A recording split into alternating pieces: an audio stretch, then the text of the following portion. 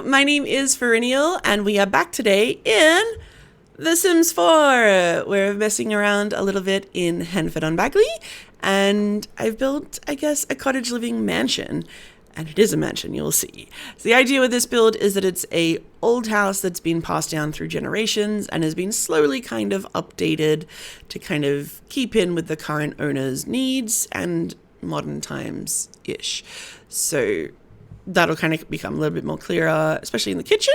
But for now, let's go. This is built on my favorite lot. I forget which one it is, but it's in new old Henford-On-Bagley or old new Henford. I forget, but it's just a beautiful location. I love it. That and Fern Park, but I mean, I'm kind of obligated to like Fern Park. So the actual build starts here with this fountain courtyard. You've got like an old bike and some trees and lovely little formal but slightly overgrown garden area at the front. I love slightly overgrown gardens, so I'm building a mansion, a cottage mansion. This is the place to make a giant overgrown garden. Stepping inside, upstairs, you have the portraits of, I guess, the original owners of this house. So you've got Lady Nymphadora Talc, I guess, on the right there. And then Albert, I guess. And they're the people that originally built this house. That's why their portraits get to stay up on the wall like that. In this main living welcome area, I am just losing my words today. Got a phone and somewhere to sit. And then over here, we have a mudroom with shoes, hooks, and all sorts of stuff to hang useful things. This is one of the first instances of modernization that we've got. We've got the burglar alarm, super important when you're in a mansion in the middle of nowhere, and the thermostat, also super important in Henford-On-Bagley. Down this way, we come to, on the left, a dining room. This is the formal dining room meant for entertaining guests back in the day, and still somewhat used for that, I suppose, but got the grandest of grand pianos, a lovely fireplace, and this statue. It's, yeah, over the top and showy, but when else are you going to use this particular statue other than in a mansion built like this? A big long table, and then a nice bar with some lovely hangy down greenery there. This is a pass-through through to the kitchen, which we're going to pass through so you can see. It opens onto like a little breakfast nook with a little table. There's another burglar alarm by the back door, also important. And then this is the kitchen. So the entrance to the kitchen is just over exactly opposite. So it's not far to walk, but why walk when you've got a pass-through? So the kitchen is slightly updated, but not super recently. I'd say probably 70s-ish, I don't know. But it does still have one of the original stoves. Probably not the original stove, but it is an old woodworking stove. And then one of the owners, probably not Tony, probably before Tony, has installed a more modern oven and cooktop so that the original cast iron wood burning one doesn't get wrecked. And then if we come out here, we're not going to do the full outdoors because we'll come to that in a second. But out here off this door, you've got a fountain and then a little bar and barbecue area with a little table for entertaining. And around the side, your sprinkler system and your rubbish and recycling bins. Whee! Did you do this? What the heck? Why are you paused? Hello?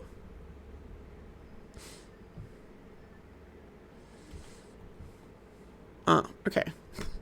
I don't care about... Why do I care about scholarships? Jeez. Okay, sorry. Okay. I'm glad that it didn't yeet me out of the tour, but yeah, damn. Sucks. The Talcs have lived here, well, for generations, but also I only just actually moved them in, so that's ridiculous.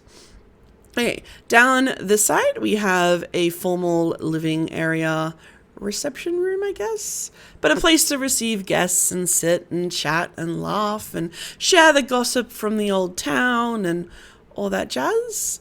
also with a fireplace. And then behind us, another piano and some more instruments and stuff just for some light entertainment of an evening. The idea being with this house that you're sort of more public, or areas where visitors are more likely to be just generally going if they're not actually staying with you, obviously, like accessible towards the front of the house, and like your private spaces are towards the back. This room is sort of on the cusp of both of those in that it is a study / library. So it's sort of a private area, but it's also, you could have people coming in here for reasons. So that's why its door is next to, next to the living room. But it has a door instead of an archway because sometimes you just want to shut the world out and read, you know. Anywho, we're going to come around here.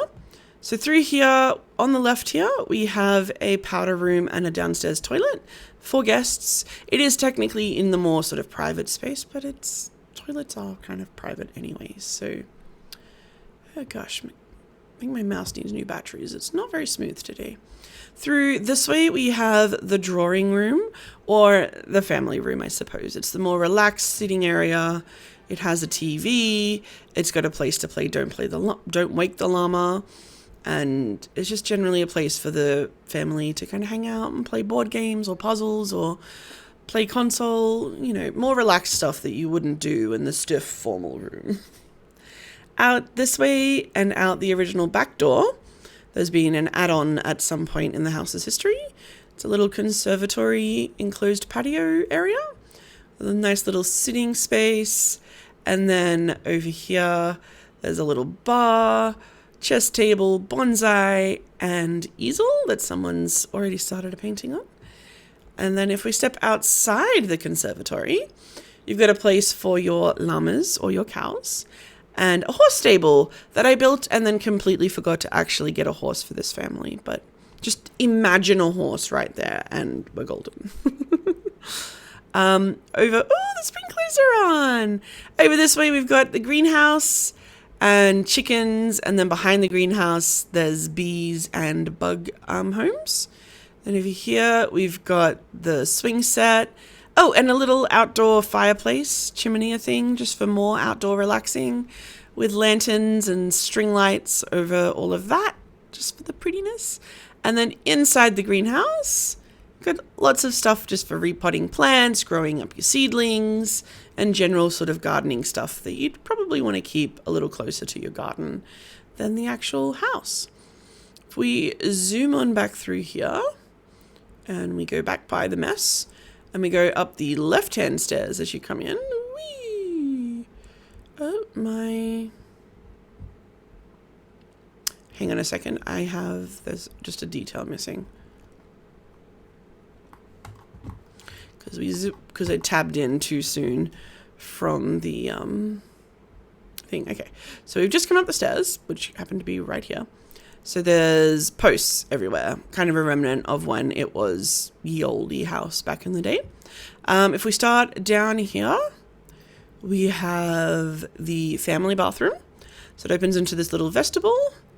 Sorry, I didn't get my camera back to where it needed to be.